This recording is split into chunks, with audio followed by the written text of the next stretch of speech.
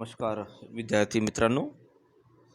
आज आपण human right one या क्रेडिट कोर्समधील जो दुसरा अतिशय महत्त्वाचा भाग जो आहे भारतीय राज्यघटना आणि मानवी अधिकार हा पोर्शन जो काही आहे तर तो आजच्या या व्हिडिओच्या माध्यमातून आपण बघणार आहोत. आपल्या सर्वांना कल्पना आहे की आपण मानव अधिकारांच्या संरक्षणासाठी भारतामध्ये निर्माण केल्या गेलेल्या विविध यंत्रणांचा, आयोगांचा आणि कायद्यांचा अभ्यास आपण इथे मागील काही व्हिडिओच्या माध्यमातून इथे करून घेण्याचा प्रयत्न तो केलेला आहे. आता आपण भारतीय राज्यघटनेमध्ये मानव अधिकारांच्या संदर्भात कशा प्रकारच्या तरतुदी करण्यात आलेल्या आहेत तर त्यातील प्रमुख 4 जे घटक आहेत. भारतीय संविधानाची उद्देशपत्रिका असेल, भारतीय संविधानातील मूलभूत अधिकारांची कन्सेप्ट असेल आणि भारतीय संविधानामध्ये directive principal of the state हा जो भाग असेल आणि मूलभूत कर्तव्य त्याला फंडामेंटल ड्युटीज असं म्हटलं जातं. तर ह्यासुद्धा हा घटक जो काही आहे तर तो मानव अधिकारांच्या संरक्षणासाठी तो जाणीवपूर्वक घटनाकार निर्मात्यांनी संविधानामध्ये सहभागी केलेला असल्याचं आपण दिसतं आणि यातून कळत नकळत या प्रोव्हिजनच्या माध्यमातून मोठ्या प्रमाणात मानव अधिकारांचं संरक्षण झालं असल्याचं आपणास दिसून येतं. आजपर्यंत भारतीय राज्यघटनेची अंमलबजावणी 26 जानेवारी 1950पासून भारतीय राज्यघटनेची अंमलबजावणीला सुरुवात झाली. आज जवळपास आपण 70 ते 75 वर्षाचा यशस्वी असा टप्पा लोकशाही प्रक्रियेच्या किंवा संविधानाच्या पूर्ततेचा टप्पा आज आपण पार केलेला आहे. आणि मग आपला जो काही प्रवास आपण जेव्हा वळून बघतो तर त्या प्रवासामध्ये मानव अधिकारांच्या संरक्षणासाठी उद्देशपत्रिका असेल, मूलभूत अधिकार असतील आणि मार्गदर्शक तत्त्वे असतील आणि त्याचबरोबर मूलभूत कर्तव्य असतील तर या माध्यमातून मानव अधिकारांचं संरक्षणाचं काम आजपर्यंत आजतागायत ते झालेलं असल्याचं आपण दिसतं. पुढील प्रवासासाठी पुढील काळातसुद्धा मानव अधिकारांच्या संरक्षणासाठी या घटनेतील जे काही तरतुदी आहेत तर त्या उपयुक्त ठरणार असल्याचं आपण दिसतात. आणि म्हणून भारतीय राज्यघटनेमध्ये मानव अधिकारांच्या संरक्षणासाठी कोणकोणत्या तरतुदी ते केलेल्या प्रमुख तरतुदी ज्या काही आहेत तर त्याचा अभ्यास आपण इथे या व्हिडिओच्या माध्यमातून करून घेण्याचा प्रयत्न तिथे करणार आहोत. यातील सर्वात महत्त्वाचा जो काही भाग आहे, सर्वात पहिला जो महत्त्वाचा भाग आहे तर तो म्हणजे उद्देशपत्रिका. त्याला सरनामा असं सुद्धा इथं म्हटलं जातं. त्याला इंग्लिशमध्ये प्रिॲम्बल असं सुद्धा म्हटलं जातं. त्याला घटनेचं उगमस्थान असं सुद्धा म्हटलं जातं. तर या घटकांचा या उद्देशपत्रिकेचं जे काही मानवांच्या अधिकारांचं, भारतातील नागरिकांचं कशा प्रकारच्या मानव अधिकारांचं संरक्षण करणारी ही प्रिॲम्बल आहे, उद्देशपत्रिका आहे. तर ही आपण आजच्या या व्हिडिओच्या माध्यमातून त्याचा अभ्यास करण्याचा त्याचा अध्ययन करण्याचं काम, त्याचा आढावा घेण्याचा प्रयत्न इथे करणार आहोत. घटनेचा सरनामा किंवा उद्देशपत्रिका. प्रत्येक देशाच्या राज्यघटनेच्या सुरुवातीला एक प्रस्तावना वजा भाग असतो ज्याच्यातून राज्यघटनेचे उगमस्थान, घटनेची उद्दिष्ट, राज्यव्यवस्थेचे स्वरूप तसेच देशाच्या सामाजिक, आर्थिक व राजकीय जीवनाची रूपरेखा इत्यादी अर्थ त्याच्यातून समजत असल्याचं आपणास दिसतो. अशा प्रस्तावना वजा भागास राज्यघटनेचा सरनामा किंवा उद्देशपत्रिका म्हणून संबोधले जाते. राज्यघटनेचा संपूर्ण आशय थोडक्यात स्पष्ट करण्यासाठी सरनामा तिथं उपयुक्त ठरत असल्याचं आपणास दिसतो. प्रत्येक देशाच्या राज्यघटनेच्या सुरुवातीला एक प्रस्तावना वजा भाग तिथं असल्याचा आपल्याला दिसून येतो आणि त्याला राज्यघटनेचं उगमस्थान, त्या राज्यघटनेचं उगमस्थान काय आहे, त्याचबरोबर राज्यघटनेची उद्दिष्ट काय, कोणत्या उद्दिष्टांच्या पूर्ततेसाठी ती राज्यव्यवस्था उभी केली गेलेली आहे, राज्यव्यवस्थेचे स्वरूप कशा प्रकारचं, त्या व्यवस्थेचं कशा प्रकारचं स्वरूप आहे हे सुद्धा प्रदर्शित करण्याचं काम हा उद्देशपत्रिका प्रियंबल तिथं करत असलेलं आपण दिसतं. देशाच्या सामाजिक असेल, आर्थिक असेल आणि राजकीय जीवनाची रूपरेषा इत्यादी समजण्यासाठी उद्देशपत्रिका तिथे अतिशय उपयुक्त तिथं ठरत असल्याचं आपल्याला दिसतं. आणि म्हणून देशाच्या राज्यव्यवस्थेचा संपूर्ण सार आपल्याला जर कधी आशय थोडक्यात समजून घ्यायचा असेल तर त्यासाठी उद्देशपत्रिका अतिशय उपयुक्त तिथं ठरत असल्याचं आपल्याला दिसतं. भारतीय राज्यघटनेच्या सुरुवातीलाही असा प्रस्तावना, सरनामा किंवा उद्देशपत्रिका जोडण्यात आले असून या सरनाम्यातून भारतीय राज्यघटनेचे तत्त्वज्ञान सार रूपाने प्रतिबिंबित झालेले असल्याचं आपल्याला दिसतं.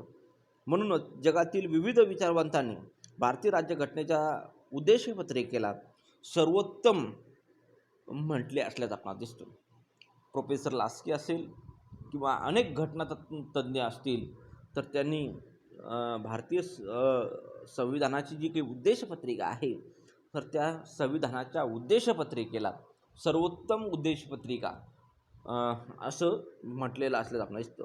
आणि मग हे का तर भारतातील जी काही राज्यव्यवस्थेचं सार जे असेल, तत्त्वज्ञान असेल, त्याचं प्रतिबिंब असेल तर ते याच्यातून उद्घोषित होत असल्याचं आपल्याला दिसतं. आणि म्हणून का जे काही घटना तज्ज्ञ आहेत, घटना अभ्यासक आहेत तर त्यांनी भारतीय राज्यघटनेच्या उद्देशपत्रिकेला सर्वोत्तम उद्देशपत्रिका असं इथं संबोधलेलं असल्याचं आपण दिसतं. सरनामा हा भारतीय जनतेच्या सामाजिक, आर्थिक आणि राजकीय मूल्यांचे संचित आहे असं असल्याचं आपल्याला दिसतं. 26 नोव्हेंबर 1949 रोजी घटना समितीने मंजूर केलेला सरनामा राज्यघटनेच्या प्रारंभी तिथं दिलेला असल्याचं आपल्याला दिसतं. भारतीय घटनेचा जो काही सरनामा आहे तर तो भारताच्या सर्वात पहिलं पेज जे काही आहे तर तिथे तो देण्यात आलेला असल्याचं आपल्याला दिसतं. आणि तिथून भारताच्या राज्यघटनेला तिथं प्रारंभ होत असल्याचं दिसतं. 24 जानेवारी 1949 रोजी भारतीय राज्यघटनेने मंजूर केलेला जो काही सरनामा आहे तर तो राज्यघटनेच्या प्रारंभी तिथे दिलेला आहे. आणि त्यानुसार तो खंडामा असा आहे खालीलप्रमाणे: आम्ही भारताचे लोक भारताचे एक सार्वभौम, समाजवादी, धर्मनिरपेक्ष, लोकशाही गणराज्य घडवण्याचा व त्याचा सर्व नागरिकांस सामाजिक, आर्थिक व राजनैतिक न्याय, विचार, अभिव्यक्ती, विश्वास, श्रद्धा, उपासना याचे स्वातंत्र्य, दर्जाची व संधीची समानता निश्चितपणे प्राप्त करून देण्याचा आणि त्यामध्ये व्यक्तींची प्रतिष्ठा, राष्ट्राची एकता आणि एकात्मता याचे आश्वासन देणारी बंधुता प्रवर्धित करण्याचा संकल्पपूर्वक निर्धार करून आमच्या संविधान सभेत आज दिनांक 26 नोव्हेंबर 1949 रोजी द्वारे हे संविधान अंगीकृत आणि अधिनियमित करून स्वतः प्रत अर्पण करीत आहोत.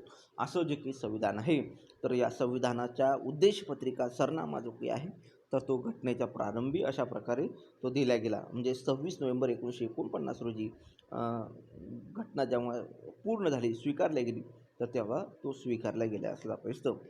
1976 साली झालेल्या 42व्या घटनादुरुस्तीने सरनाम्यात किंवा उद्देशपत्रिकेत समाजवादी, धर्मनिरपेक्ष, राष्ट्राची एकता आणि एकात्मता हे शब्द नव्याने समाविष्ट केले गेलेले असले आपण दिसतं.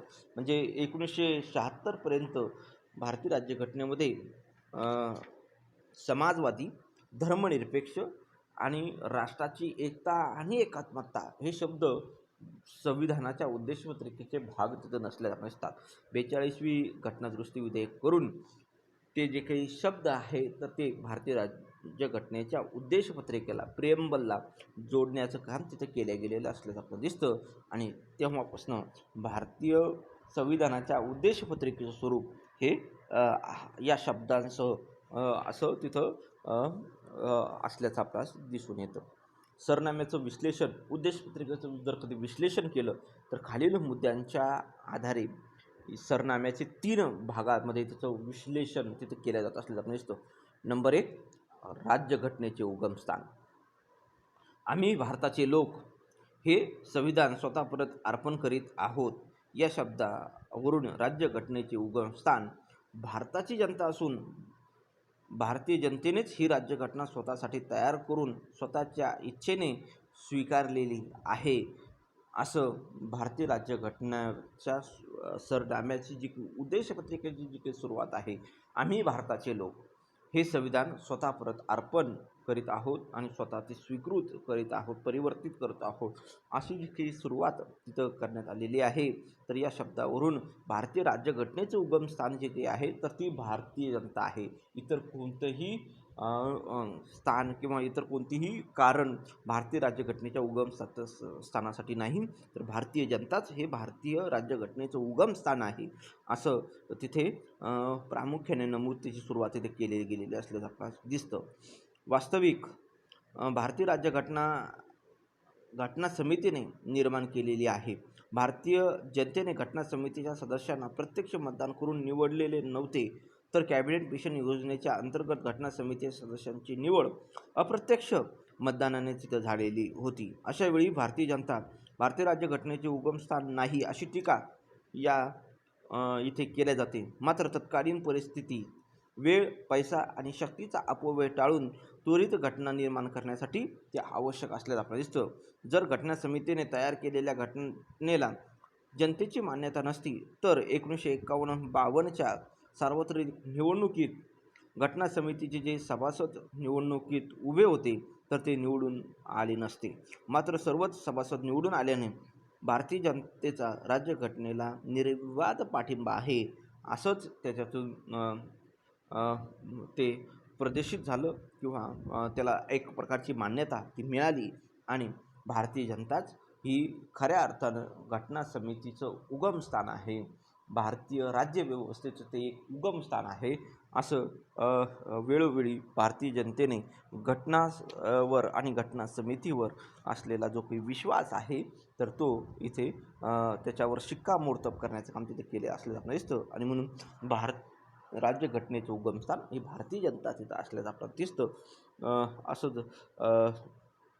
असं ह्या सरनाम्याच्या सुरुवातीपासून प्रारंभापासून आपल्याला ते दिसत असल्याचं आपणास दिसतं.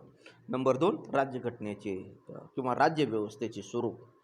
भारतीय राज्यघटनेचा जो काही सरनामा आहे किंवा जी की उद्देशपत्रिका आहे तर त्या उद्देशपत्रिकेमध्ये भारतीय राज्यव्यवस्थेच्या स्वरूपाचं वर्णन तिथे केलं गेलेलं आहे.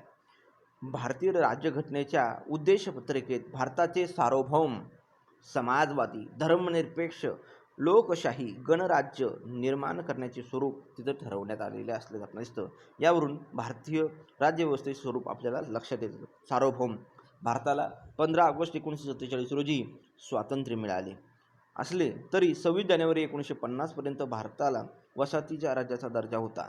याचाच अर्थ भारत हे सार्वभौम नव्हते. मात्र 26 जानेवारी 1950 पासून भारताची राज्यघटना अंमलात आणल्याने भारत हे सार्वभौम सॉव्हर्निटी स्टेट ते बनलं असल्याचं आपल्याला दिसतं. भारतावर आता कोणत्याही परकीय सत्तेचे नियंत्रण नसून भारत अंतर्गत कारभार आणि परराष्ट्र कारभाराबाबतीत स्वतंत्र तिथं असल्याचं आपल्याला दिसतं. कोणाच्याही नियंत्रणाखाली भारत इथं नसल्याचं आपल्याला दिसतं. आणि म्हणून सार्वभौम राज्य हे भारतीय राज्याचं एक वैशिष्ट्य, व्यवस्थेचं स्वरूप हे भारतीय संविधानाच्या उद्देशपत्रिकेतून ते तिथे प्रदर्शित होत असल्याचं आपल्याला दिसतं. दुसरं जे काही भारतीय राज्यव्यवस्थेचं स्वरूप आहे तर ते म्हणजे समाजवादी. भारतीय राज्यघटनेच्या सरनाम्यात समाजवादी हा शब्द 42व्या घटनादुरुस्तीने समाविष्ट करण्यात आला. समाजवादी व्यवस्थेत आर्थिक उत्पन्नाची साधने आणि वितरणाच्या व्यवस्थेवर समाजाचे नियंत्रण प्रस्थापित केले जाते. अशा व्यवस्थेत प्रत्येक व्यक्तीच्या मूलभूत गरजा भागतील असा प्रयत्न केला जातो. अर्थात संपत्तीचे केंद्रीकरण टाळणे, आर्थिक विषमता कमी करणे, समाजात न्यायतत्वावर संपत्तीच्या वितरणास प्राधान्य देण्याचे काम भारतीय व्यवस्थेने तिथे केलेलं असल्याचं आपल्याला दिसतं. आणि अशा पद्धतीने समाजवादी समाजरचना ही जी काही व्यवस्था जी काही आहे तर ती भारताने तिथे स्वीकारलेली असल्याचं आपल्याला दिसतं. आणि म्हणून भारतीय समाजव्यवस्थेचं जे काही किंवा भारतीय राज्यव्यवस्थेचं जे काही स्वरूप आहे तर ते समाजवादी स्वरूप भारताने त्याचा स्वीकार केलेला असल्याचं आपल्याला दिसून येतं. त्यानंतर धर्मनिरपेक्षता. भारतीय राज्यघटनेच्या सरनाम्यात धर्मनिरपेक्षता हा शब्द 42व्या घटनादुरुस्तीने समाविष्ट करण्यात आला. भारताचा कोणताही अधिकृत धर्म नाही. भारतात सर्व धर्मांना समान स्थान असून धर्मावरून व्यक्तीत भेदभाव केला जात नाही. उलट सर्व धर्मांना समान अधिकार असून प्रत्येक व्यक्तीला त्याच्या इच्छेनुसार कोणताही धर्म स्वीकारण्याचा, प्रसार करण्याचा आणि प्रचार करण्याचे मुभा इथे देण्यात आले. भारतामध्ये अनेक धर्माचे, अनेक पंथाचे, अनेक जातीचे, अनेक भाषेचे लोक हजारो वर्षापासून इथे भारतामध्ये राहत आलेले आहे. गुण्यागोविंदाने ते तिथे राहत आलेले आहे. आणि मग भारतीय राज्यव्यवस्थेचे जे काही स्वरूप आहे, अ, वासुदेव कुटुंबकम ही जी काही आपली परंपरा आहे, तर त्या परंपरेला अनुसरून भारतीय राज्यव्यवस्थेने घटनाकारांनी धर्मनिरपेक्षता, सेक्युलर स्टेट हे जे काही तत्त्व आहे, तर हे तत्त्व भारतीय राज्यघटनेच्या उद्देशपत्रिकेमध्ये 42व्या घटनादुरुस्ती विधेयक 1976मध्ये जी काही घटनादुरुस्ती विधेयक जे झालं, तर त्यानुसार हा शब्द तिथे जोडला गेला. आणि भारताचा कोणताही असा एक धर्म, एका धर्माचं राज्य हे असणार नाही, तर हे सर्व धर्मियांचं समान असं ते राज्य असेल, असं भारतीय राज्यघटनेच्या उद्देशपत्रिकेमध्ये हा शब्द तिथं निहित केला गेला आणि असा त्याचा अर्थ तिथं होत असल्याचं आपल्याला दिसतं. लोकशाही भारतीय राज्यघटनेच्या उद्देशपत्रिकेत लोकशाही तत्व समाविष्ट असून भारताने प्रातिनिधिक लोकशाहीचा स्वीकार तिथं केलेला असल्याचं आपल्याला दिसतं. घटनेने जनतेचे सार्वभौमत्व मान्य केले असून भारतीय जनता राज्यकारभार करण्याकरिता आपले प्रतिनिधी निवडून देते. हे प्रतिनिधी जनतेच्या वतीने राज्यकारभार पाहतात, तसेच ते जनतेला जबाबदार राहतात. विशिष्ट कालावधीनंतर होणाऱ्या निवडणुकामध्ये जनता आपले प्रतिनिधी तिथे बदलू शकत असल्याचं आपण दिसतं.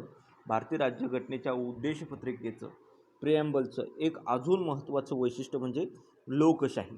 भारताने लोकशाही तत्त्वाचा स्वीकार केलेला असल्याचं दिसतं. आणि यामध्ये सुद्धा मोठ्या प्रमाणात प्रातिनिधिक लोकशाहीचा, त्याला रिप्रेझेंटेटिव्ह डेमोक्रॉसीचा स्वीकार हा भारतात तिथे केलेला असल्याचं आपल्याला दिसतं. आणि म्हणून घटनेने जनतेचे सार्वभौमत्व हे मान्य केले असून भारतीय जनता राज्यकारभार करण्याकरिता आपले प्रतिनिधी जे की आहे तर ते निवडून देण्याचं काम तिथं करत असतं.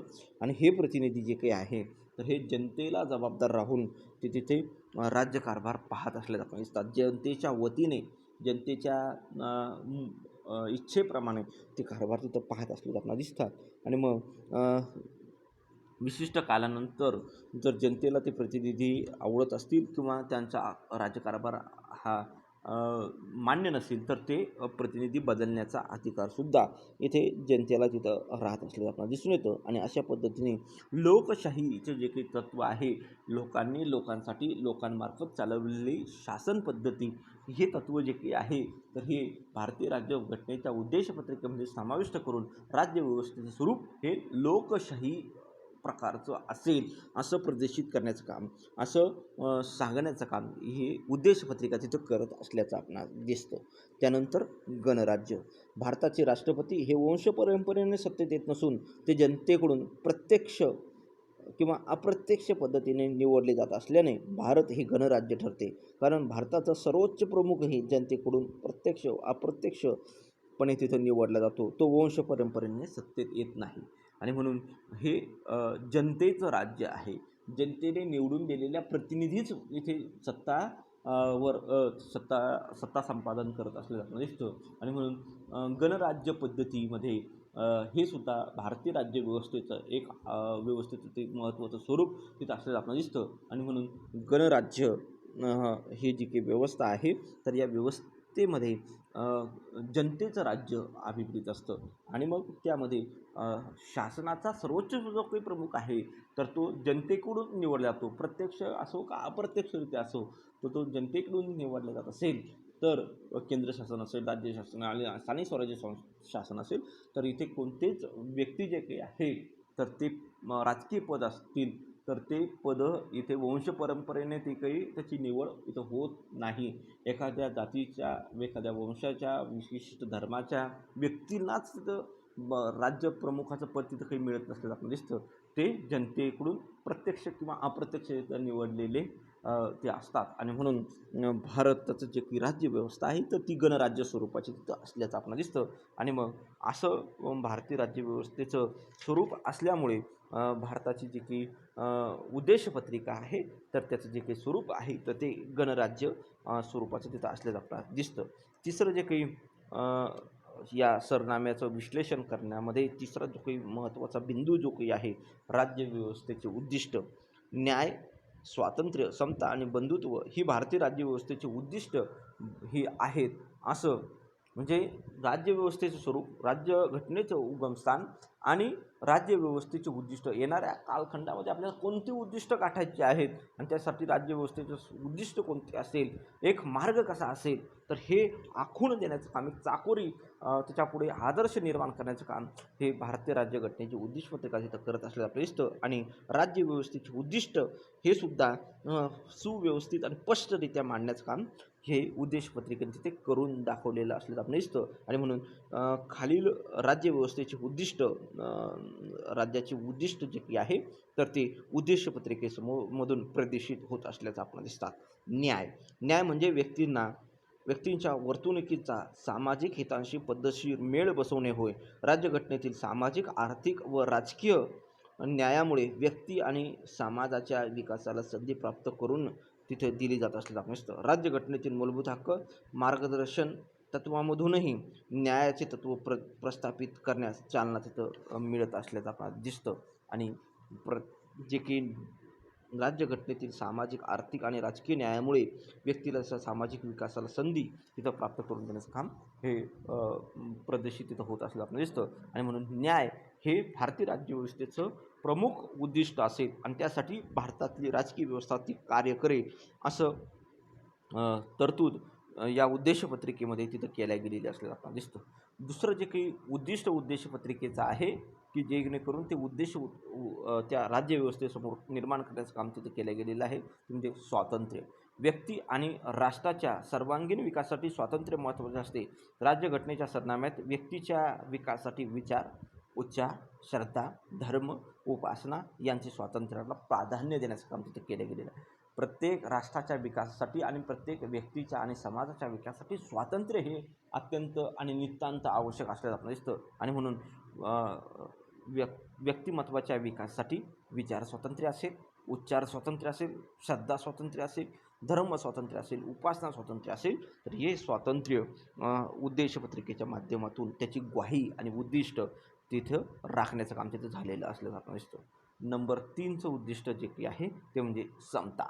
भारतीय राज्यघटनेच्या सरनाम्यात दर्जा आणि संधीची समानता राखण्याची शाश्वती देण्यात आलेली असल्याचं आपण दिसतं. जात, धर्म, वंश, भाषा, प्रदेश असा कोणताही भेदभाव न करता मानवता, प्रत्येकाचा दर्जा व संधी या बाबतीत समानता स्वीकारल्याने समता वृद्धिंगित झाली असल्याचं आपण दिसतं. आणि मग अशा पद्धतीने जात, धर्म, वंश, भाषा, प्रदेश अशा कोणत्याही व्यक्तीमध्ये भेदभाव हा केला जाणार नाही. त्याला प्रत्येकाला दर्जाची आणि संधीची समानता ही तत्त्व तिथे स्वीकारले जात असलं आपण दिसतं. आणि समता वृद्धिंगित करण्याचं काम हे उद्देश पद्धतीच्या माध्यमातून तिथं होत असल्याचं आपल्याला दिसतं. नंबर 4 बंधुता. व्यक्तीची प्रतिष्ठा, राष्ट्राची एकता आणि एकात्मता राखण्यासाठी बंधुतेचा स्वीकार करण्यात आला आहे. भारतीय समाज वैविध्यपूर्ण असल्याने त्यातील भेदभाव नष्ट करून सामूहिक विकासासाठी बंधुत्व उपयुक्त तिथं मानली जात असल्याचं आपल्याला दिसतं. भारतातील एकता आणि एकात्मता वाढवण्यासाठी, राष्ट्राची एकता आणि अखंडता राखण्यासाठी बंधुतेचा स्वीकार तिथं करण्यात आले असल्याचं आपण दिसतं. भारतीय समाज हा वैविध्यपूर्ण समाज आहे. त्यातील भेदभाव नष्ट करून सामूहिक विकासासाठी बंधुता ही उपयुक्त तिथं मानले जात असल्याचं आपण दिसतं. भारतामध्ये अनेक जातीचे, अनेक पंथाचे, अनेक धर्माचे, भाषेचे लोक तिथे राहतात आणि त्यामुळे भारतामध्ये विविधपूर्णता तिथं असल्याचं आपण दिसतं. आणि मग या विविधपूर्ण राष्ट्रामध्ये एकात्मता नॅशनॅलिटी वाढवण्यासाठी हा बंधुतेचा जाणीवपूर्वक वापर तिथे केला गेलेला असल्याचं आपल्याला दिसतं. आणि अशा प्रकारे भारतीय राज्यघटनेच्या उद्देशपत्रिकेचं विश्लेषण ते तिथं 3 घटकामध्ये, भारतीय राज्यघटनेचं उगमस्थान असेल, भारतीय राज्यघटनेचे स्वरूप असेल, सार्वभौम समाजवादी धर्मनिरपेक्ष लोकशाही आणि गणराज्य, भारतीय राज्य व्यवस्थेची उद्दिष्ट असतील, न्याय असेल, स्वातंत्र्य असेल, समता असेल, बंधुत्व असेल, अशा पद्धतीने भारतीय राज्यघटनेच्या उद्देशपत्रिकेचं विश्लेषण तिथे केलं जात असल्याचं आपणास दिसतं. त्यानंतर आपण बघूया भारतीय राज्यघटनेच्या सरनाम्याचं मूल्यमापन. भारतीय राज्यघटनेच्या उद्देशपत्रिकेचा मूल्यमापन जे की आहे तर ते आपण इथे थोडक्यात बघण्याचा प्रयत्न करणार आहोत. भारतीय राज्यघटनेची उद्देशपत्रिका ही घटनेचा मूळ भाग मानला जात नसला तरी तो घटनेचा आत्मा असून राज्यघटनेचे संपूर्ण अंतरंग त्यातून प्रतिबिंबित झाले आहे. विविध विचारवंतांनी उद्देशपत्रिकेला आदर्श व उपयुक्त असल्याचं म्हटलेलं असल्याचं आपल्याला दिसतं. प्रोफेसर अर्नेस्ट बार्कर यांनी आपल्या the principle of social and political theory या ग्रंथाच्या प्रस्तावनेत भारतीय राज्यघटनेची उद्देशपत्रिका तिथं छापली आणि त्यांच्या मते मला जे सांगायचे आहे ते या सरनाम्यात मोजक्या शब्दात पण समर्थ भाषेत सांगितले आहे. म्हणून ही उद्देशपत्रिका घटना समजून घेण्यासाठी गुरुकिल्ली आहे असं हा अर्नेस्ट बार्कर नावाचा जो काही विचारवंत आहे तर त्याने आपल्या the principles of social and political theory या ग्रंथाच्या प्रस्तावनेमध्ये भारतीय राज्यघटनेची उद्देशपत्रिका आहे तर ती छापली आणि ती छापण्याच्या मागे तो म्हणतो की मला जे काही सांगायचं आहे तर ते मोजक्या आणि समर्थ शब्दामध्ये भारतीय राज्यघटनेच्या उद्देशपत्रिकेमध्ये ते सांगितलं गेलेलं आहे. आणि म्हणून अशा पद्धतीने ही राज्यघटना भारतीय राज्यघटना समजून घेण्यासाठी ती घटनेची गुरुकिल्ली आहे असं तो म्हणत असल्याचं आपल्याला दिसतं. तर प्रसिद्ध विचारवंत M.V. पायली यांच्या मते जगामधील राज्यघटनेच्या उद्देशपत्रिका पाहिल्या तर कल्पना आणि आदर्श या दृष्टीने भारतीय राज्यघटनेची उद्देशपत्रिका सर्वश्रेष्ठ तिथं असल्याचं आपणास दिसतं. श्री कन्हैयालाल मुंशी यांनी भारतीय राज्यघटनेचे तत्त्वज्ञान सांगणारी ती एक राजकीय कुंडली मांडली तिथं असल्याचं आपणाला दिसतं. राज्यघटनेचा सरनामा हा राज्यघटनेचा भाग मानला जात नाही किंवा त्याला कायदेशीर मान्यताही नसते. मात्र त्यामुळे त्याचे महत्त्व कमी होत नाही. उलट या सरनाम्यातील राज्यव्यवस्थेचे उद्दिष्ट, तिचे स्वरूप, सामाजिक आणि आर्थिक व राजकीय मूल्य हे संचित असून राज्यघटना चे ते सार रूपाने समजून घेण्यासाठी ते सुलभ होत असल्याचं आपण दिसतं. विविध राजकीय विचारवंत असेल आणि भारतातील सुप्रीम कोर्टच्या अनेक खटल्यांच्या निकालामध्ये उद्देशपत्रिकेला डोळ्यासमोर ठेवून इथे न्यायदान करण्याचं काम तिथं झालेलं असलं आपणास दिसतं. जेव्हा एखाद्या कायद्याच्या बाबतीमध्ये क्लिष्टता किंवा गुंतागुंत निर्माण होते तेव्हा उद्देशपत्रिकेला अनुसरून उद्देशपत्रिका डोळ्यासमोर ठेवून त्या खटल्यांचं विश्लेषण करण्याचं काम, त्या कायद्यांचं आणि त्या गुंतागुंत सोडवण्याचं काम संविधानाची उद्देशपत्रिका करते असं सर्वोच्च न्यायालयाने अनेक खटल्यांच्या निकाला देत असताना उद्देशपत्रिकेला रेफरन्स तिथं दिलेला असल्याचं आपल्याला दिसतं. आणि अशा पद्धतीने अनेक राजकीय विचारवंत असतील, घटनातज्ज्ञ असतील, त्यांनी भारतीय राज्यघटनेच्या उद्देशपत्रिकेचं जे काही महत्त्व आहे तर ते वेळोवेळी अधोरेखित करण्याचं काम तिथे केलेलं असलेलं आपण दिसतो. भारतीय राज्यघटना समजून घेण्याची गुरुकिल्ली म्हणून उद्देशपत्रिकेकडे पाहिलं जात असलं आपल्याला दिसतं. असं जरी असलं तरी उद्देशपत्रिका ही घटनेचा अधिकृत भाग त्याला म्हटलं जात नसल्याचं आपल्याला दिसतं.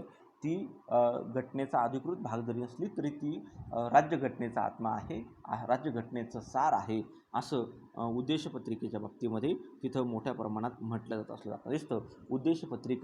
उद्देशपत्रिकेमध्ये ज्या तत्त्व आणि जे घटक समाविष्ट करण्यात आलेले आहे तर त्या घटकांच्या आणि तत्त्वांच्या माध्यमातून भारतातील नागरिकांचं, जनतेचं, मानवांचं मानव अधिकारांचं संरक्षण करण्याच्या अनेक बाबी, तरतुदी, तत्त्व जे काही आहे तर त्यामध्ये समाविष्ट केलेले असल्याचं आपल्याला दिसतात.